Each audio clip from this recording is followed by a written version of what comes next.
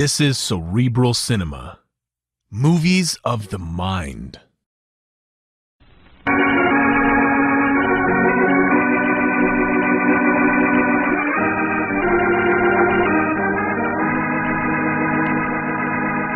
This is the story of a man known the world over as one of the most daring and resourceful characters in the history of detective fiction.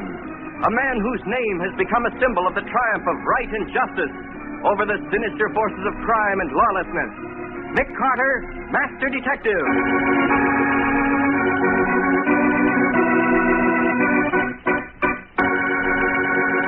Today's exciting adventure, the life and death search for a man who didn't see a murder that was not yet discovered.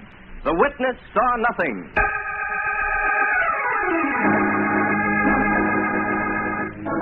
Jefferson Heights is a suburb of the city that's still half country. Only a few houses are sprinkled over the winding roads, and Lundy Lane is the lonesomest of all. There is a small white cottage at the end of Lundy Lane, and in it Mrs. Peter Grogan, a small white-haired lady, is entertaining her first visitor in many days. Another cup of tea, Mrs. Dennis? No, I thank you kindly, Mrs. Grogan. Another crumpet, maybe? Oh, no, thank you. I've had 5 already. You've had 6, Mrs. Dennis? What? But then who counts? Mrs. Dennis, would you believe you're the first visitor I've had in 2 weeks and 3 days? Oh. But not the last, Mrs. Dennis. Oh, no, indeed.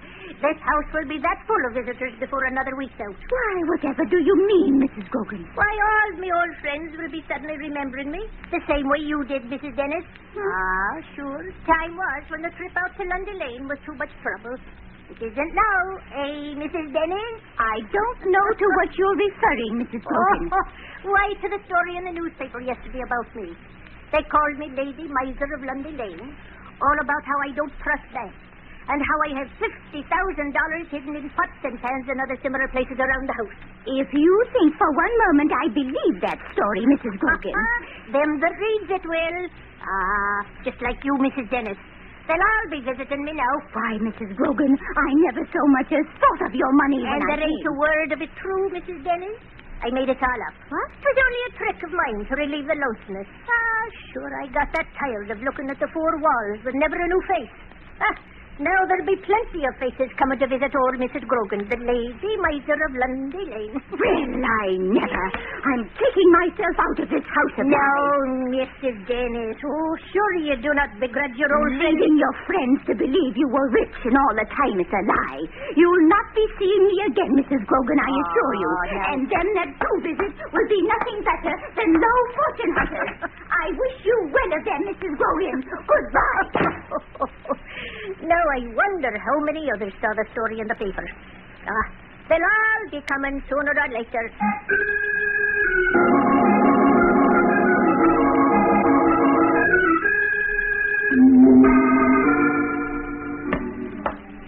Now, don't act nervous, Wilson. Just make like we're a couple of businessmen with a little proposition. Yeah, I get it. Okay, Kay. Ring the bell.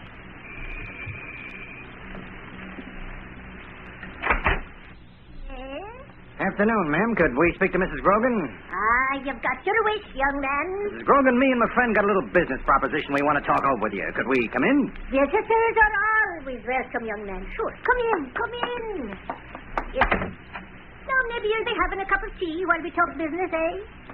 No doubt it's regarding the money of mine you read about in the newspaper. Yes, ma'am. It's about the dough, but we can't stay for tea. Quick, Wilson. Nice work, Wilson. You got that wire in your pocket? Yeah. Get her tied up. Stick a gag in her mouth. I'll start looking for the dough. Shouldn't take us more than 10 minutes to locate it and get out of here.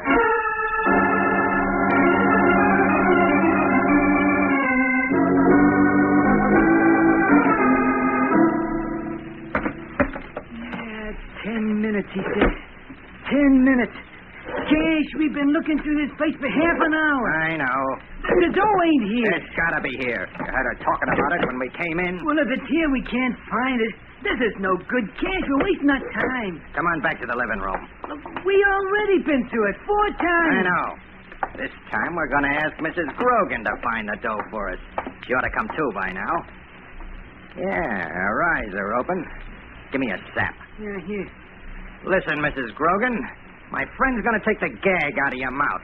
You see this sap in my hand? a leather bag full of steel shot. You try to yell, you get slugged in the head with it. Got that? Take the gag out, Wilson. Okay. What do you want? Why did you... We want the dough, Mrs. Brogan. The 50 grand you got stashed away in this house. Where is it? There isn't any money. Don't give me that. I've been lied to by experts. Where's the dough? Where you got it hid? But I tell you, I haven't any money. That's all a mistake. Says you. You're crazy. There isn't any money. There never was any $50,000. It's just a newspaper story. It's all a joke. Hey, there's somebody at the door.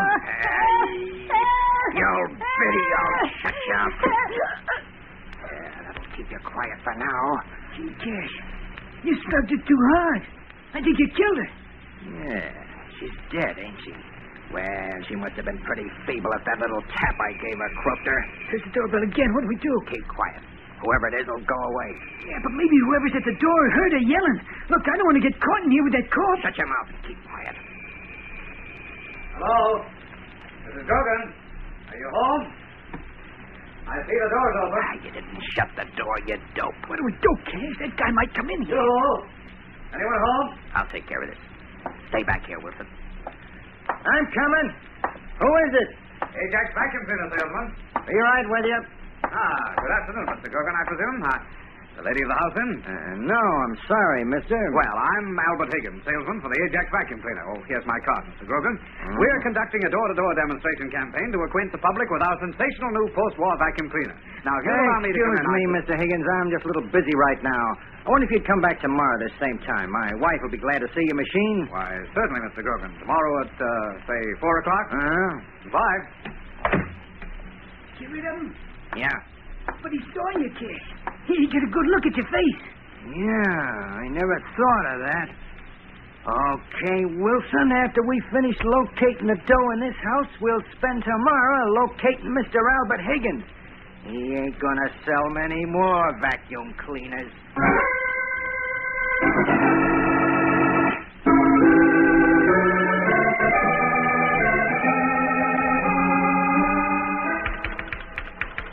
Bullet removed from the wound was a 255 45 automatic slug of the type known as...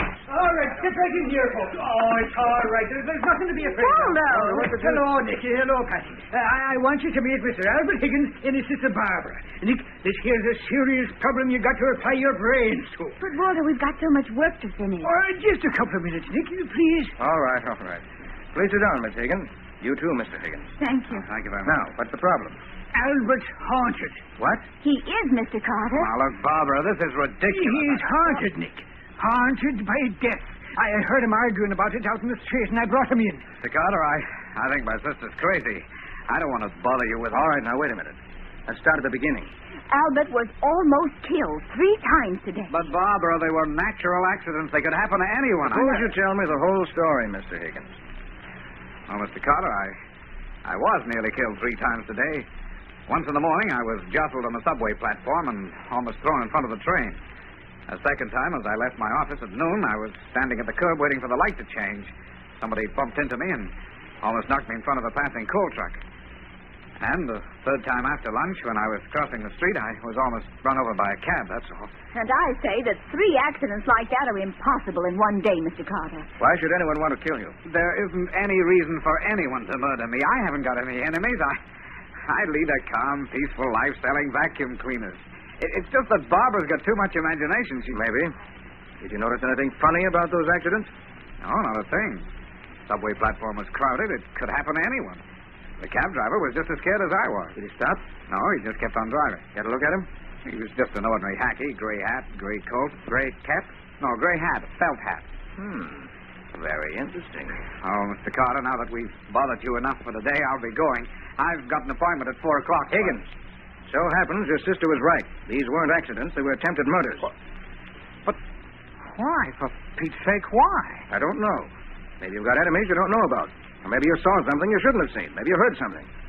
Why were you yesterday? I was making the rounds up in Jefferson Heights. I sell vacuum cleaners. Nick, I'll bet he saw something in Jefferson Heights. Oh, the only thing I saw was customers. All right, we won't argue about that now. Higgins, I want you to go home. Your sister will go with you. So will Waldo. Walter, you're the bodyguard. Nick, why do I always get the dull jobs? You brought this case in, you work on it. Guard Higgins. But, Mr. Carter... Higgins, you must know something that someone doesn't want you to tell. That something may cost you your life unless I can prevent it. So go home and try to remember what it is. I'm going down to headquarters to see if I can find anything that might help your memory.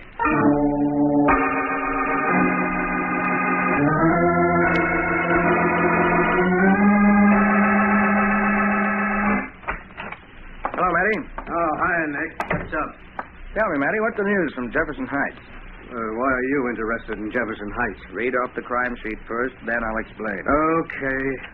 You want yesterday's reports, huh? Yes. Now, let me see. Inwood, Washington Heights, Harlem, Astoria. Yeah, been pretty quiet all around. Nope, nothing for Jefferson Heights. Nothing, huh? No. That makes it tough. What makes what tough? Matty, I'm involved in a peculiar case. A young man named Albert Higgins was up in Jefferson Heights yesterday. Must have seen or heard something he wasn't supposed to. Someone's trying to kill him. Yeah? Who? Don't know. It's kind of a reverse murder, Matty. I know the intended victim in advance, but I don't know the killer or the motivation. Hope maybe I could get a lead through the crime sheet. No crime in Jefferson. No crime reported from Jefferson. Oh, beat it, Nick. If you think that... Oh. Homicide, Sergeant Matheson. Hello, Sergeant. Is Nick there? Yeah, just a minute. It's for you, Nick. Buffalo Bill on the phone. Thanks. Yes, Waldo? Nick, you got to come over to Higgins' place right away. Why? Albert Higgins is gone. He's disappeared.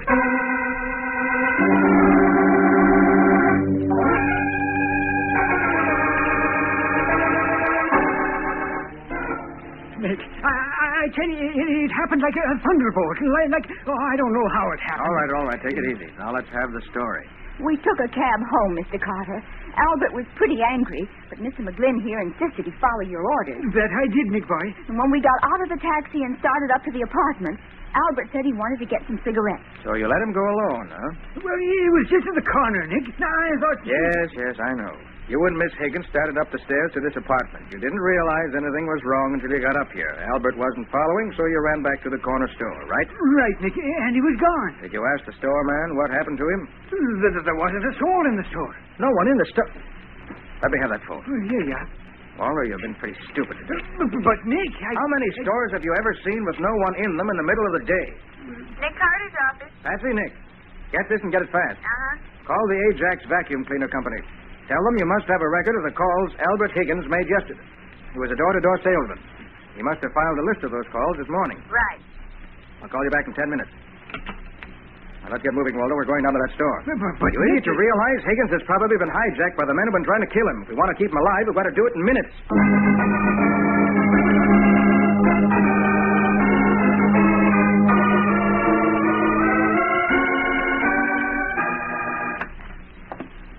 Yeah. You see, Nick? This place is empty.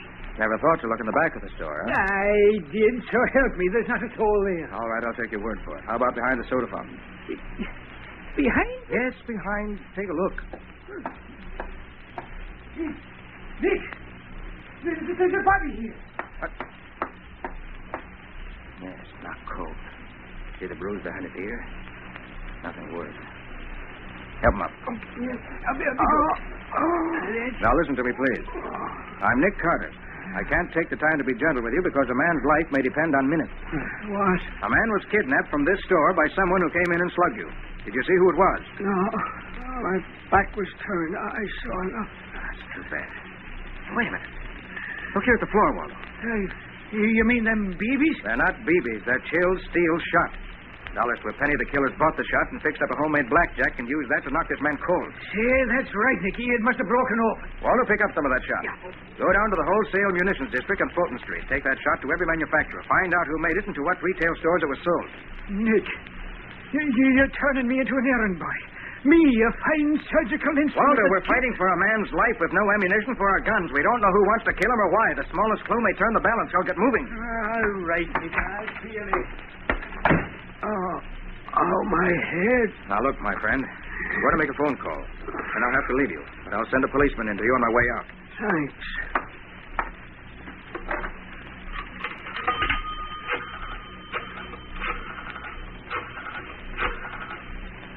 Nick Carter's office. Patsy? Nick. What about that report? Oh, Higgins made 11 calls yesterday in the Jefferson Heights suburbs. Read them off backwards. Last call's first. Mrs. John A. Gerster, Bolton Road.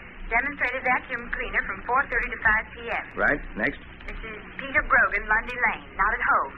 Her husband made appointment for her for following day at 4. That must have been the date he wanted to keep today. Next. Mrs. Allenby... Oh, wait, hold it. Huh? Was that Mrs. Peter Grogan? Yes. Thought the name was familiar. That's the old lady who was written up in the paper 2 days ago. That's right, Nick. The lady miser of Lundy Lane. You say her husband talked to Higgins? Well, that's what the report says. There's something fishy right there, Patsy. I'm going up to Mrs. Grogan's house. Stand by for a report from Waldo. Well, what's fishy, Nick? Mrs. Grogan is a widow. There isn't any husband.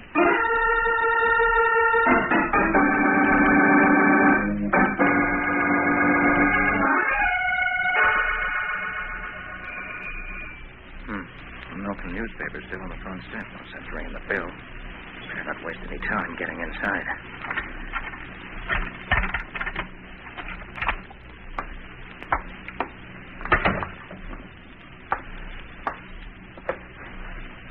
So.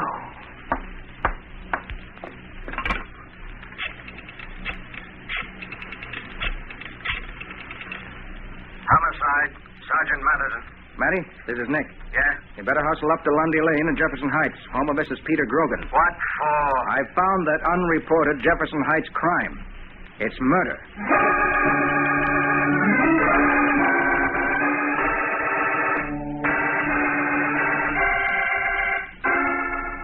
Nick, I swear I'll never doubt your word again, even if you tell me I'm a murderer. This is fantastic. One of the nastiest, ruthless murders I've seen in a long time. Yeah, some cheap Ginzel must have read about Mrs. Grogan's dough and tried to grab it. And slugged her to death in the process. Well, look, Nick, where does Higgins come into the picture? Matty, I figure it this way. Higgins came to the house while the killer was here. Yeah? And some way or other he got in. I get it. The killer thought fast and played he was Mr. Grogan. Gave Higgins the brush off. Right. And then the killer was afraid Higgins might be able to identify him, so he tried to murder him. Yeah, probably has by this time. No, Matty, I don't think so. No, why not? Because if he'd wanted to kill Higgins, he wouldn't have kidnapped him. Why the kidnapping? Killer was probably following him all day. So he must have seen Waldo bring him to my office. I get it, Nick. The killer wants to know how much you know. He's got Higgins someplace, and he's trying to sweat it out of him. And sooner or later, the killer's going to get tired of asking questions that Higgins don't know how to answer. So he'll knock him off. Right. Matty, I have an idea how we can gain a little more time. What? In the meanwhile, get your department working on that wire that was used to tie up Mrs. Grogan. See if you can trace it. Right, Nick. I'll meet you down at headquarters in the stolen car department in 1 hour.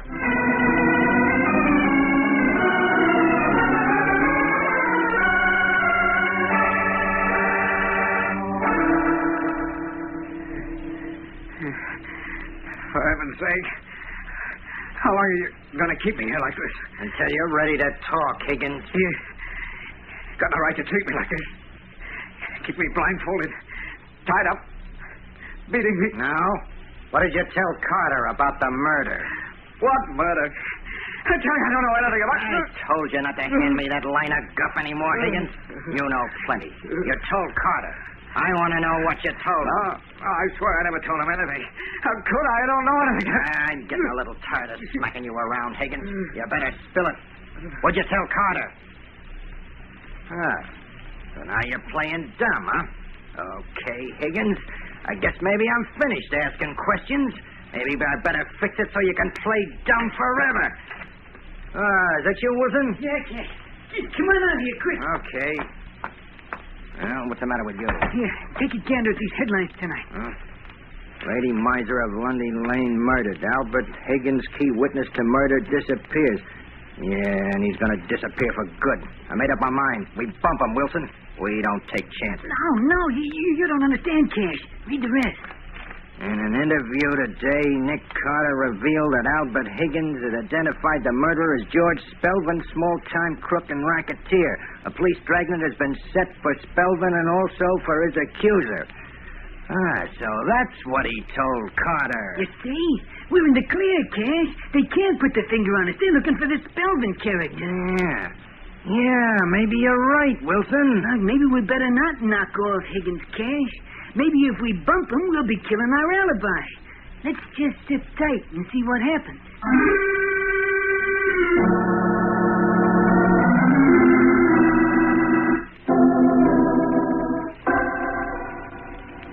your department do with that wire trace, Matty? Well, not so good, not so bad.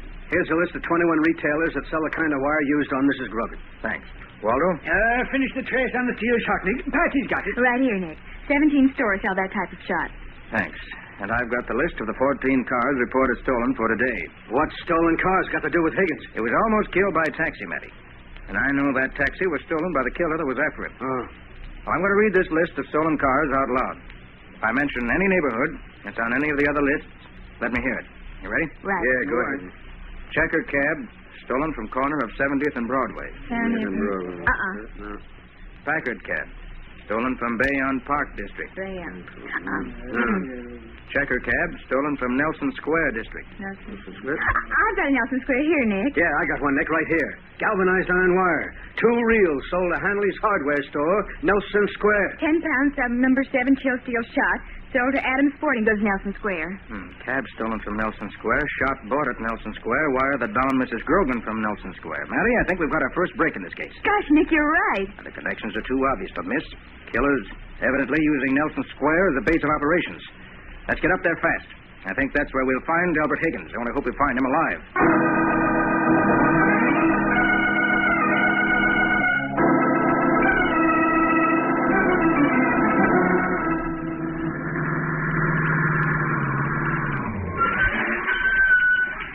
Well, this is Nelson Square, Nick. Now what? Let's see. About 12 small apartment houses on the square. Say about 10 apartments in each. Yeah, making 120. I figure the killer is hiding out in one of them, and he's got Higgins there. Okay, the question is, which? I don't know. We'll have to cover every one. Hope we have enough time. But look, how are you going to know it's the killer when you see him, Nick? I'm going to make him give himself away, with Waldo's help. Oh, what do I do, Nick? Take this business card. It's one of Higgins. Uh-huh. They're to go from door to door as Albert Higgins, vacuum cleaner salesman. Ah, I get you, Nick. When he hits the killer, the crook will be so surprised, he'll give himself away. Right. Especially in view of the fact that he's probably seen Waldo already. You ready, Wobble? I'm ready, Nick, but I prefer action. My old 44... Forget the 44. You sell vacuum cleaners. Leave the action to us.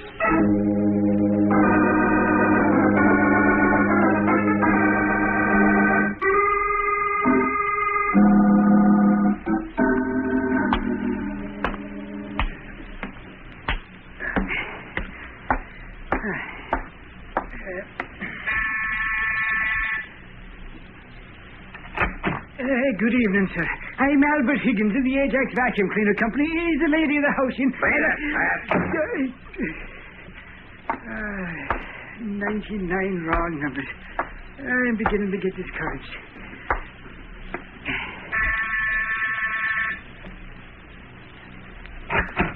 Good evening, madam. I'm Albert Higgins of the Ajax Vacuum Cleaner Company. My card, madam, I... Wait a minute, Glory be. Well, that makes 100 dead ends. And it must be crazy, but order's his order. Well, this one's Nick.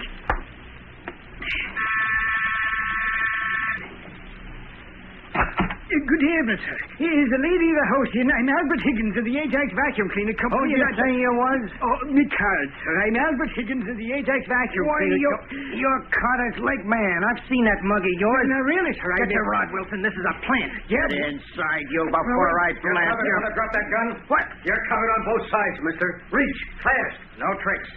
Step aside and we'll come in. I think I know the gentleman, Matty. His name's Cash Hagen. Yeah. That's Wally Wilson inside. A fine pair of thugs. You got nothing on us, Carter. This is an invasion of privacy. If you ain't got a search warrant... Did you bring a search warrant, Patsy? No, Nick. How unfortunate. And that means we'll have to find Albert Higgins here to justify this illegal entry. Where is he, Cash? Never heard of Albert Higgins. In the bedroom, Matty? No. Nowhere in sight, Dick. Must be in the kitchenette or bath. How about it, Waldo? He's not here, Nick.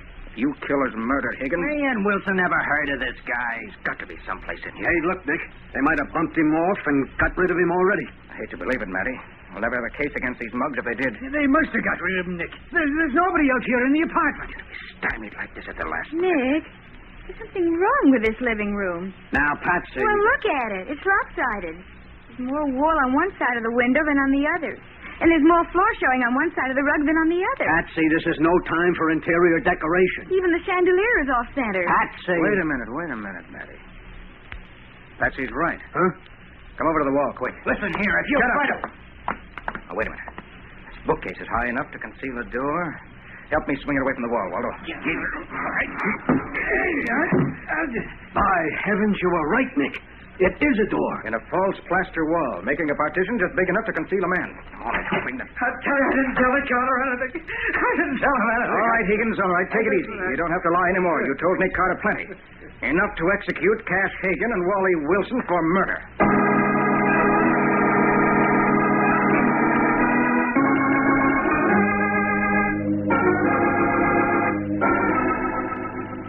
Nick, there's just one thing about this case that I don't understand. What's that, Patsy? When Albert told the story about those so-called accidents, how did you know they were attempted murders?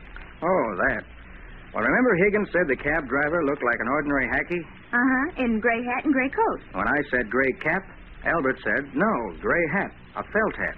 That was the tip-off. Well, how? Because no genuine cab driver wears a hat.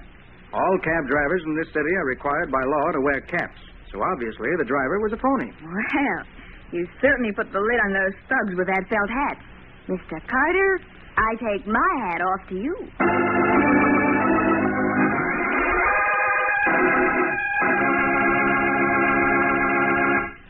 Now, Nick, can you tell us something about next week's story? Well, Ken, next week I'm going to tell you about a brand new post-war racket that's robbing Americans of thousands of dollars and driving hundreds of Europeans to death. Nick found out about it when my janitor went to check a grocery order and disappeared.